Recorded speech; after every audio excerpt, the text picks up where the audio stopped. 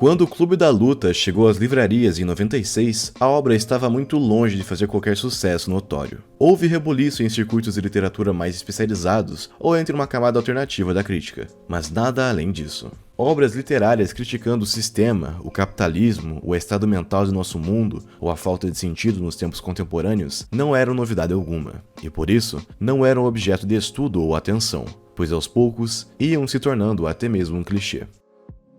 Entretanto, a obra de Chuck Palahniuk não passou despercebida pelo diretor David Fincher, que após perceber uma grande oportunidade para uma das maiores adaptações cinematográficas já feitas, moveu montanhas para montar o elenco perfeito e dar vida a uma das obras mais referenciadas e cultuadas da virada do século, mais um dos produtos do fatídico e singular ano de 1999. Mais do que apenas um homem comum e um protagonista ordinário, Tyler Durden, antes de mais nada, é um verdadeiro retrato da sociedade durante a virada do século. Mergulhando na era da tecnologia, da especulação financeira e do início da cultura de competitividade comercial, à semelhança de outras obras como Beleza Americana, existe uma certa insistência da obra em mostrar que a América, enquanto vive seu autoproclamado ápice econômico e cultural, vive também uma epidemia de depressão, com toda a sua população vendo sua felicidade ser corroída dia após dia por suas rotinas exaustivas e pela busca de ideais que não condizem com a realidade. Como o próprio Tyler demonstra em certo momento, até ele próprio havia sido acometido por essa epidemia, a qual tentava escapar, consumindo desenfreadamente. Novas mobílias, novos tapetes e todo tipo de bugiganga inútil a qual não precisava. Essa era a receita pela qual o protagonista tentava curar o vazio que sentia dentro de si, um sentimento que não sabia explicar com precisão, mas que sabia estar o consumindo e fazendo com que se aproximasse cada vez mais do fundo do poço. Exausto, sofrendo de insônia, burnout, depressão e se aprofundando cada vez mais no niilismo extremo e severo, Tyler havia chegado ao seu limite, e a vida fria e cruel do mundo corporativo haviam o destruído por dentro e quebrado todas as suas esperanças. Dali pra frente, nada mais parecia importar. O primeiro ato é bem enfático em demonstrar esse sentimento, pois, em dado momento, Tyler até mesmo fantasia um acidente de avião que o mataria e encerraria o seu sofrimento. Aos poucos, todos os prazeres momentâneos e passageiros, os bens materiais que vinha adquirindo para preencher o seu vazio, foram encolhendo, e esse sentimento, em contrapartida, foi aumentando cada vez mais.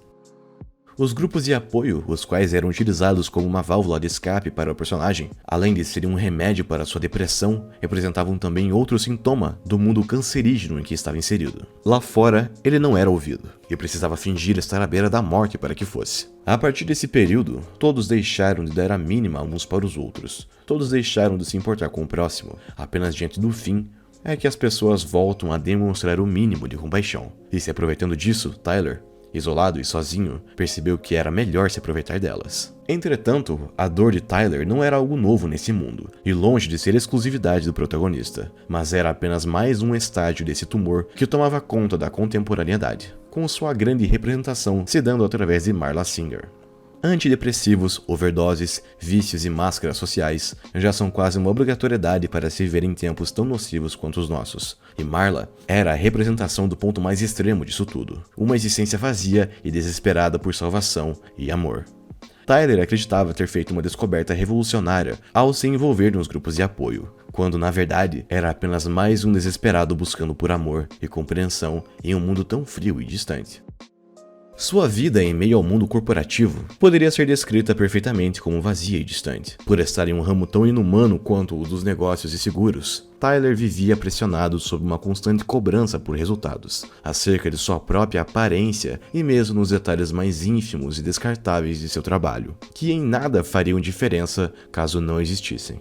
Fica perceptível que o protagonista é um típico caso de burnout, infeliz e que, coincidentemente, buscava uma forma desesperada de deixar essa rotina e a sua vida para trás. Havia um anseio em correr para o que realmente importava na vida, o que se manifesta nessa segunda persona de Tyler, vivida por Brad Pitt, que apesar de caótico, nada mais é do que tudo aquilo que o protagonista sempre quis ser, sem medos ou sem a percepção de que lhe faltava alguma coisa. Sem que nem mesmo se lembrasse, lutar em estacionamentos e bares contra si mesmo e deixar de reivindicar a amortização do seu seguro, apesar de parecerem atos de um homem à beira da loucura, nada mais eram do que as manifestações mais caóticas de um rebelde pronto para se voltar contra o sistema que o cercava. O mundo corporativo o qual tratava de vidas humanas como mera estatística, onde tudo era banalizado e artificializado, havia feito com que Tyler chegasse no fim, e no presente da trama, se revoltar era tudo o que lhe restava. Por estar tanto tempo alimentando essa ideia de rebeldia dentro de si, Tyler também acabou conhecendo o efeito de outro sentimento tão cruel quanto a frieza, e de certa forma, uma consequência: a solidão.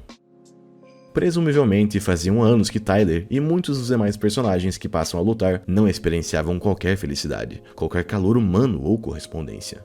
Como é revelado por uma conversa que tem consigo mesmo, através da persona vivida por Brad Pitt, é revelado que esse segundo personagem nada mais é do que tudo aquilo que ele mesmo queria ser: bom de cama, sociável, inconsequente e caótico. Um completo contraponto a tudo que o comportado e corporativo Tyler Durden representava. O protagonista havia passado tanto tempo se convencendo de que estava conquistando a felicidade aos poucos e que chegaria onde queria comprando mais, e na verdade, ele estava apenas se afastando da verdadeira felicidade, se cercando de bugigangas das quais não precisava e trabalhando em um emprego que simplesmente odiava.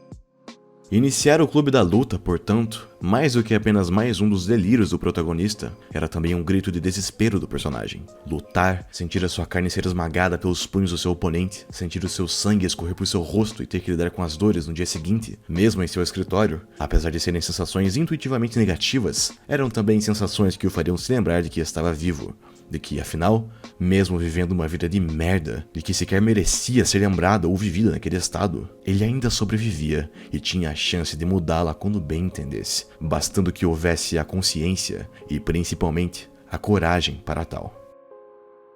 Apesar de ser um objeto de constante crítica quando se analisa Clube da Luta, o capitalismo não se mostra como inimigo principal do filme. Existe sim um tom crítico para o sistema, e principalmente para algumas de suas ramificações no mundo contemporâneo, como a cultura de competitividade no mercado de trabalho e o consumismo. Mas o capitalismo em si não é apontado como problema de forma direta, mas sim o que fazemos com ele.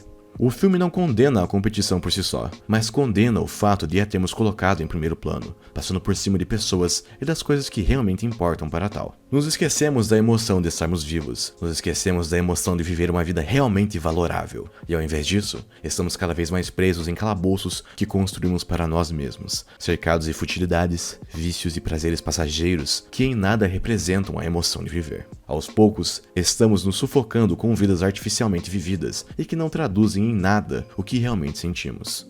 E mesmo quando tomamos coragem para falar o que sentimos, não temos ninguém para nos ouvir sem que sejamos julgados, o que faz com que apenas reprimamos-nos com cada vez mais força, torcendo para que alguém tome coragem para falar sobre o problema ou tome uma atitude sobre, pois nossas forças para tal já se foram. Lutar havia se tornado um ato de viver, uma reconexão com a emoção de estar vivo.